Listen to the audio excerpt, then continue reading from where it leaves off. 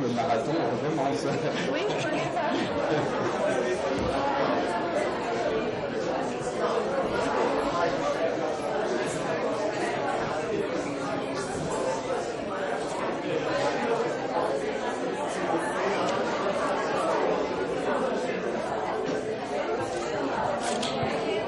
Boa tarde. Vamos dar início aos nossos trabalhos de agora à tarde. É com muita satisfação que recebemos aqui na Fundacentro o professor Michel Lohry para uma série de 4 conferências. Esta é a terceira conferência. O título da conferência é Importância Fundamental da Metodologia, a abordagem clínica das organizações. Nós gostaríamos de fazer alguns agradecimentos ao professor Michel Lohry, em primeiro lugar, a todo o público que está presente por vir prestigiar a palestra. Tem gente que foi ontem e veio hoje, e com certeza será uma nova surpresa. Temos a agradecer, então, ao Fórum de Acidentes do Trabalho, que, com o apoio da Pró-Reitoria de Cultura e Extensão da USP, também temos o apoio da Pró-Reitoria de Extensão da Unesp, ao CNPq, ao Sereste Piracicaba, ao Sereste de São Paulo, Sereste Estadual, a Gerência Regional do Ministério do Trabalho e Emprego de Piracicaba, ao Ministério Público do Trabalho 15ª Região. O Ministério Público do Trabalho, inclusive, patrocina o fórum, o Fórum de Acidentes do Trabalho, e patrocina este evento através de um TAC que foi feito com uma empresa da região de Campinas. Também agradecemos à Fundacentro pela cessão do espaço e pelo empenho no trabalho, as pessoas do Serviço de Eventos da Biblioteca. Agradecemos à Associação dos Magistrados, a MATRA, da 2ª Região, e a Escola Judicial do TRT da 2ª Região. Acho que não esqueci ninguém. E agradecemos em especial a nossa amiga Flora Maria Vezá pela tradução simultânea, que é um trabalho dificílimo de ser feito. Então, passo a palavra agora. O professor Michel Lohry provavelmente vai se apresentar um pouco melhor. E precisamos falar um pouquinho do fórum. Então, antes eu vou chamar o professor professor Hildeberto, para apresentar o fórum. Mas eu posso, ele falou que eu posso. Todas as meninas podem chamar de Pará. Os marmanjos, por favor, sem intimidade. Professor Paraíba. Eu acho que Pessoal, nós não vamos roubar muito aqui do tempo do Lohry nessa apresentação, mas eu estou perdido. Deixa eu ver o site da página aqui. É o primeiro, está aberto. Tá. Só para reforçar para vocês o seguinte. Não é possível ler daí de vocês, pelo menos com a visão que eu tenho, eu não conseguiria enxergar o endereço ali em cima. Nessa publicação que está sendo distribuída aí na frente, no final dela vocês encontram o endereço dessa página, né? Esse endereço eletrônico é um instrumento a mais dentro de uma iniciativa que o Rodolfo, a Dionisa e eu trabalhamos já há uns 4 anos de educação permanente, educação continuada na abordagem de acidentes, principalmente com esse enfoque da análise e da ampliação do perímetro das intervenções de prevenção. Então, a página, o acesso é gratuito. A gente incentiva que as pessoas se cadastrem nessa página a fim de acompanhar a nossa programação. Por exemplo, nós estamos hoje fazendo o que seria o 30º encontro presencial. Então, nesses 4 anos, são uma série de encontros. Mais ou menos a cada 2 meses a gente faz um encontro. E o material relacionado às apresentações é disponibilizado aqui, a agenda é encaminhada. Então, as pessoas que ficam cadastradas recebem comunicações de atualização da agenda. Por exemplo, nós temos um canal no YouTube e nós vamos disponibilizar nesse canal a gravação das apresentações do professor Lohri aqui no Brasil. E temos encontros anteriores já disponíveis lá. Por exemplo, no YouTube, se você fizer a busca Fórum de Acidentes, Fórum Acidentes de Trabalho, vai achar direto o link do nosso canal no YouTube. Né? A página, assim, uma das coisas que vocês podem encontrar aqui na página, dentro do link de Encontros 2012, apenas para destacar o material relacionado à vinda do Lohri aqui no Brasil, ele nos encaminhou roteiros das apresentações. A gente já fez tradução de 2 e disponibilizou. Da conferência de hoje e da do Rio, nós ainda vamos disponibilizar.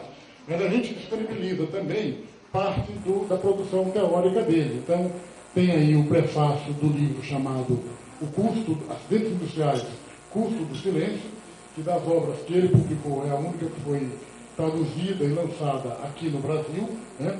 E temos 3 capítulos de um livro que ele escreveu sobre o acidente de 3 Mile Island. É uma tradução livre que eu fiz para uma disciplina de pós-graduação, e o material está disponível aqui. Para fins didáticos, para não dizer que a gente está cometendo um crime contra as editoras. Né? Então, há também, o Lohri nos enviou uma série de sugestões de leituras sobre o tema, né, os interessados no estudo desse tema. Aqui na divulgação, temos o link para essas leituras sugeridas. Então, vocês, enfim, a página permite uma navegação aí. Esta publicação, por exemplo, está disponível em PDF e é tudo de livre acesso, e a gente recomenda que vocês xeretem e naveguem. Uma das coisas que a gente gostaria muito de incentivar nessa página era a sua utilização não apenas enquanto um espaço de compartilhamento de material como esse que a gente faz aqui. A página tem ela tem um bloco de fóruns. Né? Então, por exemplo, qualquer um de vocês que veja um assunto aqui, que assista às conferências e que queira continuar o debate com as pessoas que acompanham, que estão cadastradas na página, estando cadastrado, pode entrar no fórum e escrever e participar de uma série de discussões. A gente espera que, mais dia, menos dia, esse espaço possa se constituir mesmo numa espécie de rede social de apoio às iniciativas pela prevenção. Então, tomara que essa coisa pegue. Não tem sido muito grande a utilização da página nesse sentido. Mas, enfim, há várias outras coisas aí. Eu vou parar por aqui e... Obrigada. Eu pego o bastão de novo, porque eu tenho que me redimir de uma falha grave. Eu não apresentei a representante do nosso presidente, doutor Eduardo Azeredo, então gostaria que a doutora Sandra dissesse algumas palavras em nome da casa, da Fundacentro, em nome do presidente. Boa tarde a todos os presentes, os que nos estão assistindo pela videoconferência. Em nome do Dr. Eduardo Azeredo Costa, eu venho essa tarde, primeiro agradecer a presença do senhor aqui na Fundacentro e também agradecer a presença de todos e desejar uma excepcional explanação e dizer que a Fundacentro está aberta a todos, né, da casa ou de fora. É uma forma, a gente tenta sempre estar veiculando informação. Então, eu agradeço a todos. Muito obrigada. Obrigada, doutora Sandra. Então, acho que agora podemos começar. Passamos a palavra ao professor Michel Lohri. Bien, merci à vous. Merci à tout le monde. Bonjour.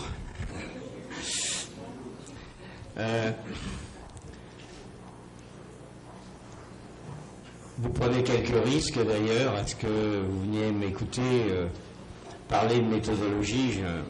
J'en dirai quelques mots tout à l'heure. Pour commencer, peut-être, j'ai pensé que ça pouvait être intéressant de raconter les errements, les tergiversations que nous avons connues, que j'ai connues, lorsque on a commencé à s'intéresser aux problèmes de sécurité. Boa tarde a todos, eu gostaria de agradecer a sua presença aqui.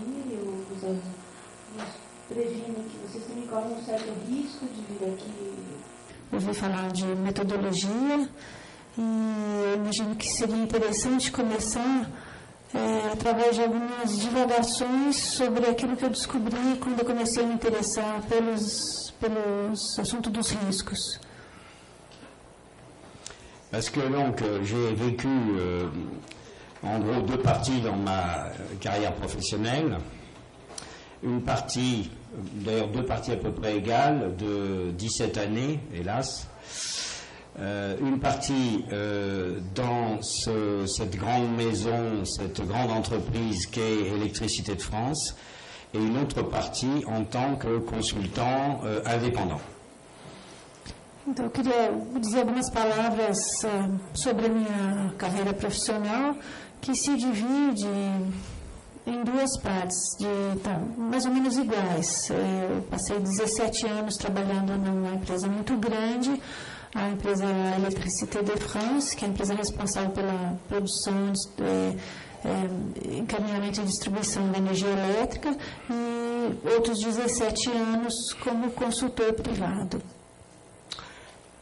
Alors, après quelques années donc, de travail comme ingénieur d'essai, il se trouve qu'on m'a demandé de commencer à développer à l'intérieur d'un groupe qui venait de se créer, et donc de commencer à développer les études probabilistes de sécurité, puisque je rappelle qu'EDF commençait à développer son grand programme nucléaire.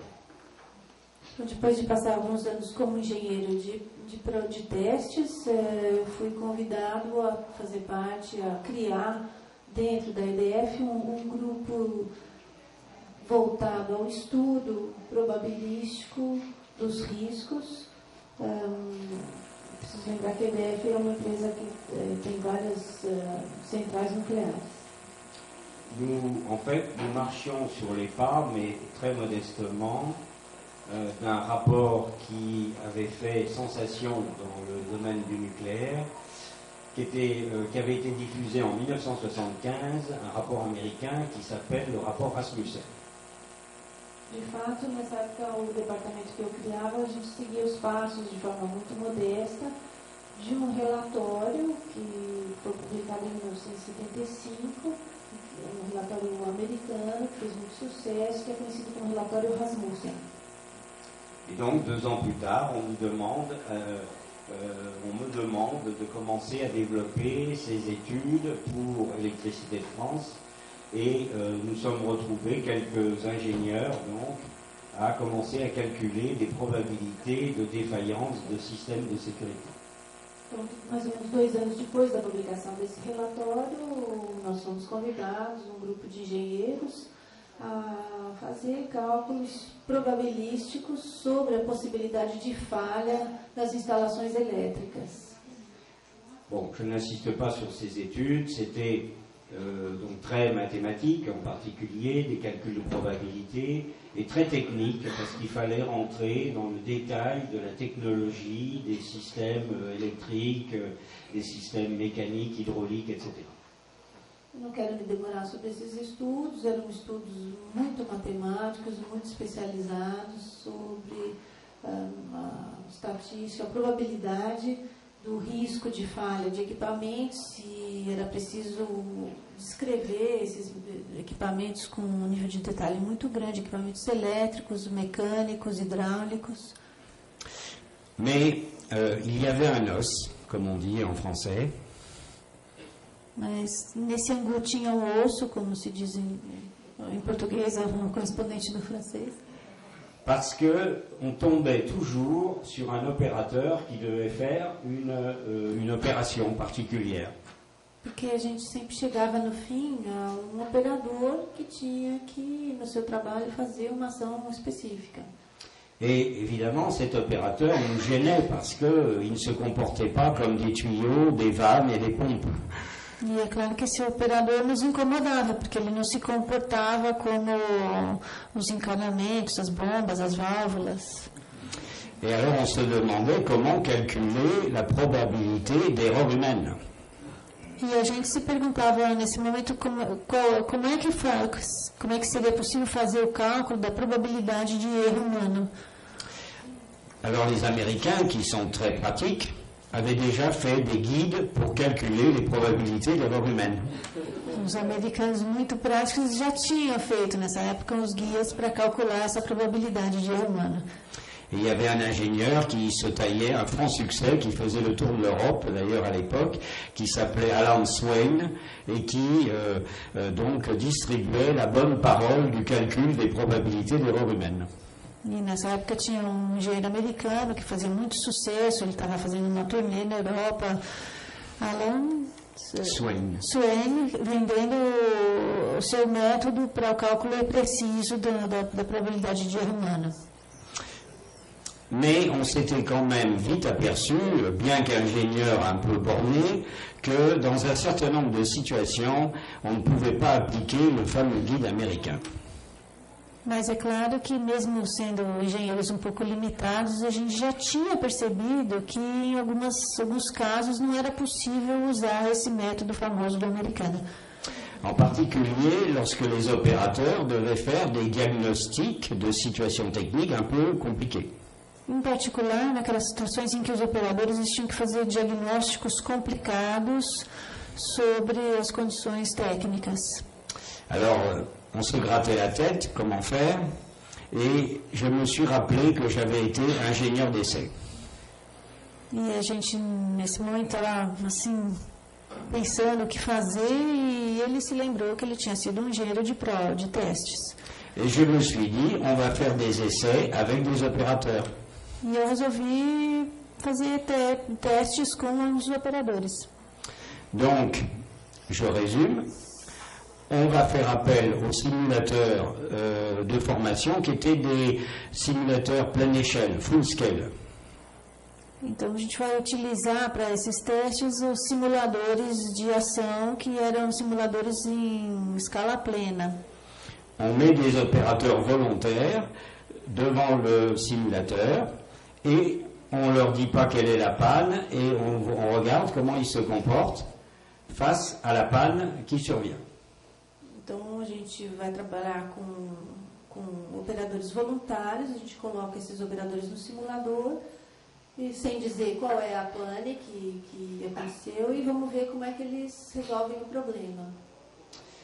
Comme nous étions dans le service de recherche, nous pensions que la direction du parc nucléaire, qui commençait à croître de façon importante, que la direction nous refuserait l'accès au simulateur. Como nós estávamos numa unidade de pesquisa, nós achamos que a direção da rede de usinas nucleares, que começava a crescer bastante nessa época, ia nos recusar o acesso a esses simuladores em escala real.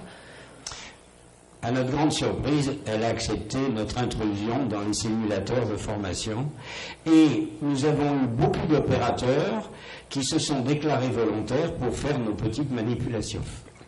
Para nossa surpresa, a direção se mostrou totalmente favorável à nossa utilização do simulador e houveram muitos operadores que se colocaram como voluntários para essas simulações. Et c'est là-dessus que est survenu l'accident de Three Mile Island en 1979. E foi nesse período que ocorreu o acidente da usina americana de Three Mile Island, em 1979. Et je me revois encore dans le bureau avec des gens de mon équipe et d'un seul coup j'ai eu une idée lumineuse. Je leur ai dit, vous n'avez qu'à passer l'accident de Three Mile Island à nos opérateurs, sans qu'ils le sachent, bien sûr. E me lembro ainda, eu estava no meu escritório e eu tive essa ideia brilhante. Eu falei, bom, a gente só tem que colocar as condições desse acidente para os nossos operadores, sem que eles saibam que se trata desse caso. Donc, mes collègues, qui étaient ingénieurs, je vous rappelle, partent et bravement passent à toute une série d'équipes d'opérateurs l'accident de Three Mile Island.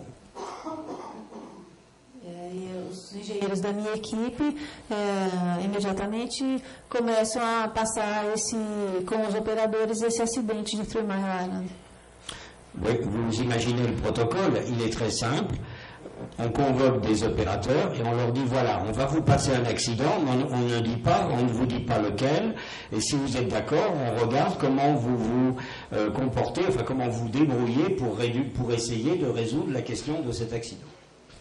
E vocês sabem, o protocolo era o seguinte, a gente convocava os operadores e dizia, olha, se vocês concordarem, a gente vai passar os dados de um acidente e vocês vão tentar compreender e resolver o que aconteceu nesse acidente. Donc ils l'ont fait, et ils ont passé une dizaine d'accidents, si je puis dire, une dizaine d'accidents de Three Mile Island à une dizaine d'équipes d'opérateurs. Então foi isso que eles fizeram, eles aplicaram umas 10 vezes o acidente de Three Mile Island para uma dezena de equipes de operadores. Et en fait, mes collègues sont venus me voir en disant presque tous ont fait comme les opérateurs de Three Mile Island et ils se sont tous trompés. E o resultado foi que os engenheiros voltaram e disseram, olha, quase todos fizeram exatamente a mesma coisa que os operadores da usina de Three Mile Island e erraram o procedimento. Avec une grande naïveté, mais une grande intégrité, nous avons fait un rapport pour expliquer tout cela. E com uma certa ingenuidade, mas de forma íntegra, a gente fez um relatório para explicar essa situação. Et le résultat, au bout de 3 semaines, 1 mois, ne s'est pas fait attendre. Nous avons été interdits. C'était l'accident. Nous avons été interdits de séjour sur les simulateurs et on nous a demandé de détruire l'intégralité des rapports. E a resposta não tardou a vir, depois de algumas semanas apenas, que esse relatório tinha sido elaborado, nós fomos proibidos de ter acesso ao simulador e nos foi ordenado que destruíssemos o relatório.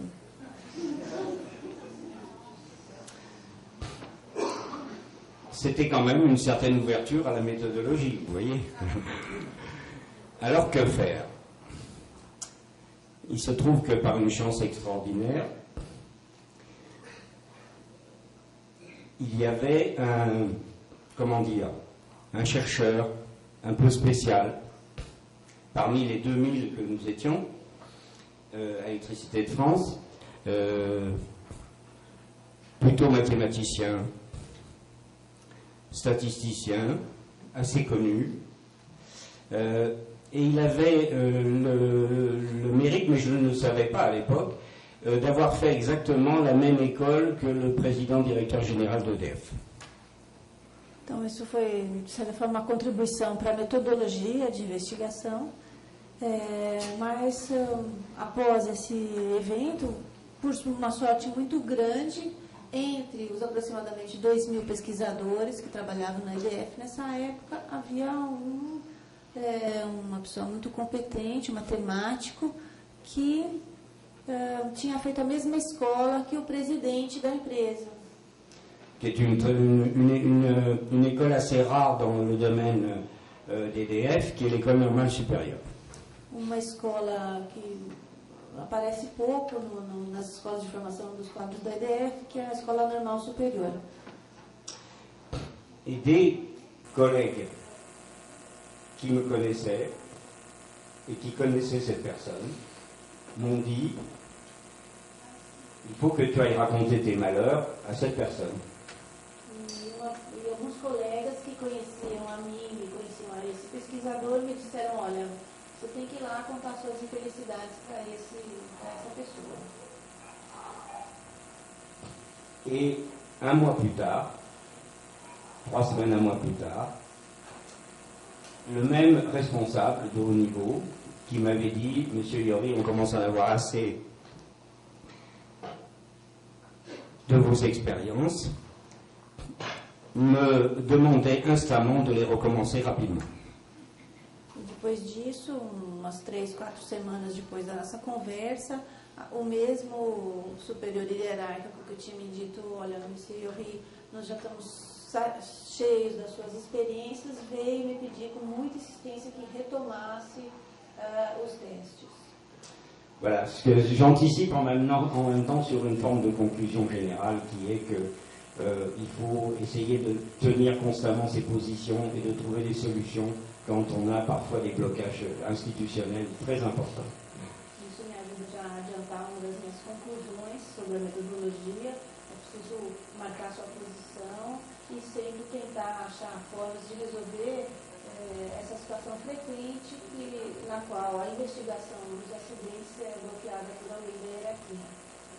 En fait, là, la solution était très simple. Le président directeur général d'EDF, très éclairé, avait sermonné le directeur du parc nucléaire et pensait qu'il était absolument important qu'EDF donc se livre à des expériences comme ça.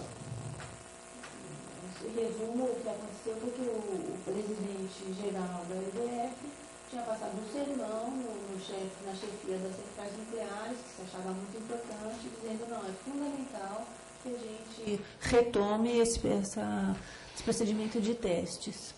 Ce qui d'ailleurs confirme le proverbe français, il vaut mieux s'adresser au bon Dieu qu'à ses saints.